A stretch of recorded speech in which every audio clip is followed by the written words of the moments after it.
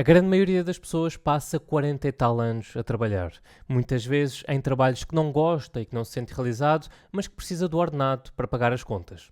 Quando chega aos 67 anos, reforma-se, o Estado paga uma pensão todos os meses com base nos descontos que foi fazendo ao longo da vida e finalmente pode usufruir de alguma liberdade.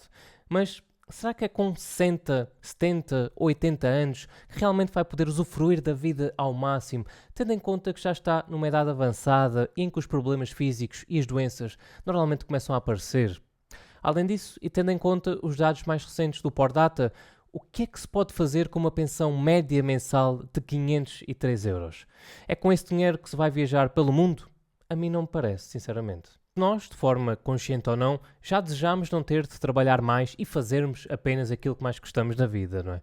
Eu quando vi o filme Into the Wild pela primeira vez, eu pensei seriamente em agarrar nas poupanças que tinha na altura, comprar uma carrinha antiga e andar aí pelo mundo em modo selvagem. Mas sem dinheiro, claro que não ia durar muito tempo, não é? A verdadeira liberdade de podermos fazer aquilo que bem quisermos da vida, de forma ponderada, mas com boas condições, tem um preço. A liberdade financeira tem um preço.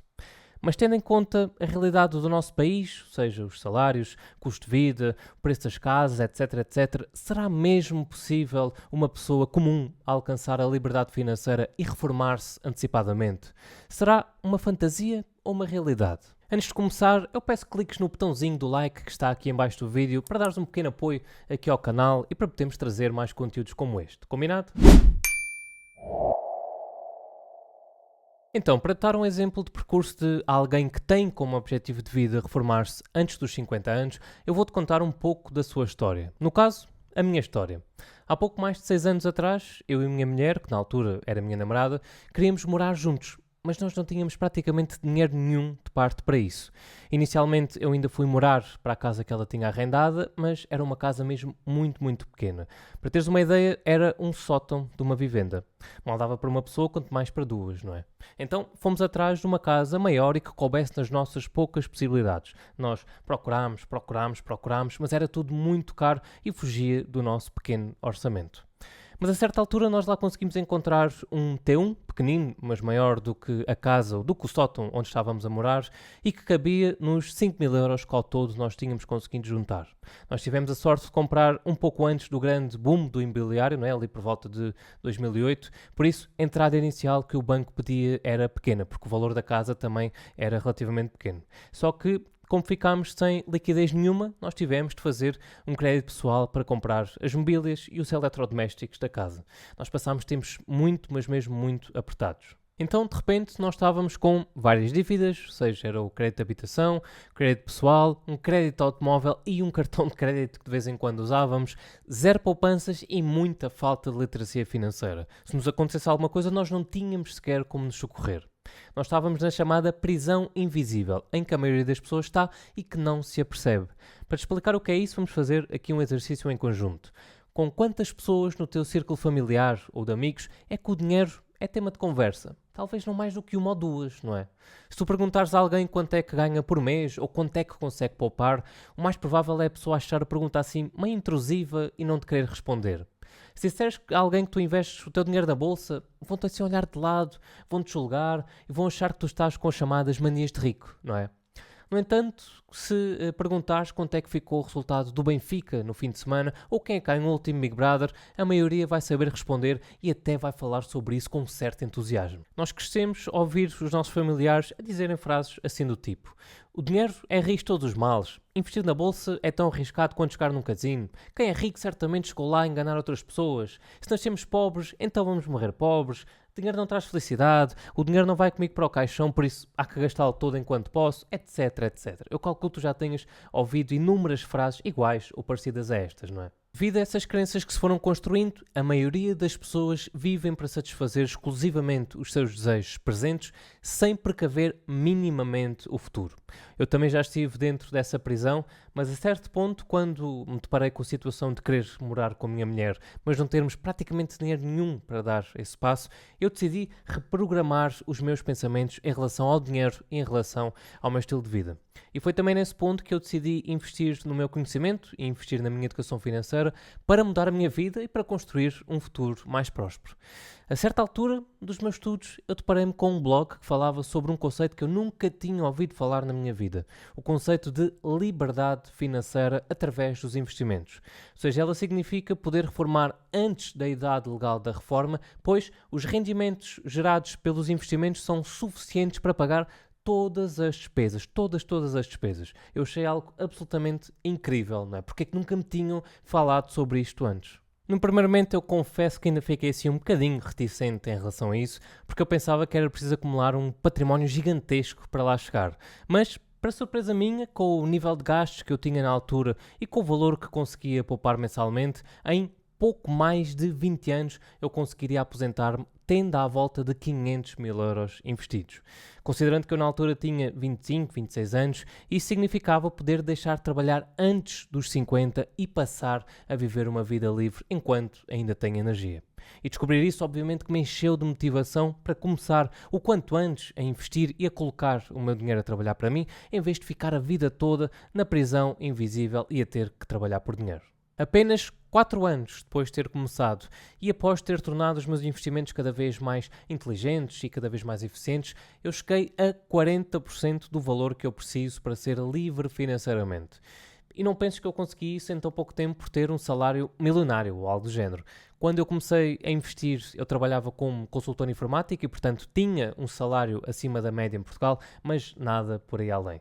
O que fez realmente diferença foi o facto de ter conseguido equilibrar o meu orçamento, eliminado muitos gastos desnecessários, ter pago as minhas dívidas todas, à exceção do crédito de habitação, e como consequência disso, ter começado a poupar bastante dinheiro por mês. Aliado a isso, um fator que também tem feito muita, mas mesmo muita diferença e que já me fez encurtar muitos anos na minha meta até à liberdade financeira é a mentalidade. Reformar-me antes dos 50 anos era bom? Claro que sim. Mas e se eu me pudesse reformar ainda mais cedo? Seria ainda melhor, não é? Então, a solução para isso seria investir mais dinheiro por mês. E como eu já não conseguia reduzir mais as minhas despesas para aumentar as poupanças, eu fui à procura de formas de aumentar os meus rendimentos. E o primeiro passo foi o mais fácil, que era pedir um aumento no trabalho. Depois o segundo foi criar outras fontes de rendimento além do trabalho. E foi aí que eu entrei no digital. Se deu trabalho, deu bastante. Se tive de abdicar de muito tempo de lazer em prol do meu futuro, também, mas eu tenho a certeza que lá na frente vai valer muito, muito a pena. Tudo isso aliado a uma boa estratégia de investimentos e também ao facto de ter investido de forma mais agressiva, sobretudo na crise do Covid, em 2020, quando apareceram grandes oportunidades no mercado, fizeram com que o meu património tenha crescido de forma exponencial em tão pouco tempo. E se tu achas que eu sou um caso único, então vou-te mostrar alguns exemplos públicos de pessoas que se reformaram mais cedo. Um deles é o David Almas. Ele foi jornalista durante 21 anos e graças à frugalidade e à simplicidade que aplicou na sua vida, ele aposentou-se aos 41 anos. Outro caso, e este tem sido bastante mediático nos últimos tempos, é a Rita Pissarra, a ex-diretora financeira da Microsoft. Ela foi para o estrangeiro à procura de ganhar mais dinheiro e sempre adotou um estilo de vida muito simples e muito poupado. Se ela tinha um bom ordenado, provavelmente sim. Mas ela podia ter simplesmente gasto tudo e não o fez, e a diferença está precisamente aí. Além destes, certamente que existem muitos mais exemplos cá em Portugal, mas que não ficamos a conhecer por não partilharem publicamente as suas histórias. Então, agora eu vou-te mostrar o quanto eu tenho de investir por mês para conseguir alcançar a minha meta da liberdade financeira. Recorrendo aqui ao site calculator.net, eles têm aqui uma calculadora de investimentos muito completa, muito útil, em que aqui na aba de Additional Contribution eu coloco aqui então no meu target 490 mil euros, pois este é o meu valor de FIRE. É o valor que eu preciso ter investido para conseguir alcançar a liberdade financeira e deixar de trabalhar por obrigação. No starting amount coloquei a 0 quando fiz a simulação, pois comecei mesmo do ponto 0, não tinha investimentos nenhuns. After, no caso 23 anos, significa que eu na altura tinha 25 anos, queria-me reformar antes dos 50 e, portanto, com 23 anos de investimento eu reformava-me aos 48. Return rate, eu coloquei 10%, pois à volta de 10% ao ano foi aquilo que o SP500, ou seja, o principal índice de ações dos Estados Unidos, deu nos últimos 100 anos, foi à volta de 10%, já descontando a inflação, e compound significa que eu quero sempre reinvestir os dividendos e os juros que eu for recebendo dos meus investimentos. E, portanto, tendo em conta estes pressupostos aqui, eu então necessito de investir mensalmente 491 euros para conseguir então atingir o meu objetivo, ok? Não é um reforço mensal milionário que eu tenha de fazer, é algo bastante fazível, e na altura achei que era algo bastante fazível para aquilo que eu conseguia poupar todos os meses, mas o meu objetivo foi, claro, sempre reduzir aqui estes 23 anos e reformar-me o quanto antes, não é? Só que, como é óbvio, se eu reduzo aqui o meu prazo de investimento, por exemplo, para 18 anos, aqui os meus reforços mensais vão aumentar. E daí é que surgiu a minha necessidade de procurar por mais fundos de rendimento para conseguir investir mais todos os meses, e por isso é que também na altura do Covid, como já tinha também a minha mentalidade de investidor bem estruturada, bem blindada, consegui fazer excelentes investimentos. Foi os melhores investimentos que eu fiz na minha jornada de investidor, foi na altura do Covid e na altura também da crise de 2022, quando as taxas de juros subiram, que também eu consegui ter retornos nestas alturas muito bons e bastante acima aqui destes 10%. Isso também, de certa forma, veio exponencializar muito o meu património. Portanto, como vês, alcançar a liberdade financeira em Portugal e poder-se reformar mais cedo não é nenhuma fantasia, é uma realidade. Basta apenas mentalizar-te disso, ter uma visão de longo prazo, abdicar de um pouco do conforto presente em prol do futuro, cortar nos gastos não essenciais, investir todos os meses de forma consistente e disciplinada e ir à procura de formas de ganhar mais dinheiro. Espero que tenhas gostado deste conteúdo e não te esqueças de deixar o like no vídeo e partilhar lá no grupo da família ou dos amigos no WhatsApp para que mais pessoas saibam disto e que também elas se possam reformar mais cedo. Um abraço e bons investimentos.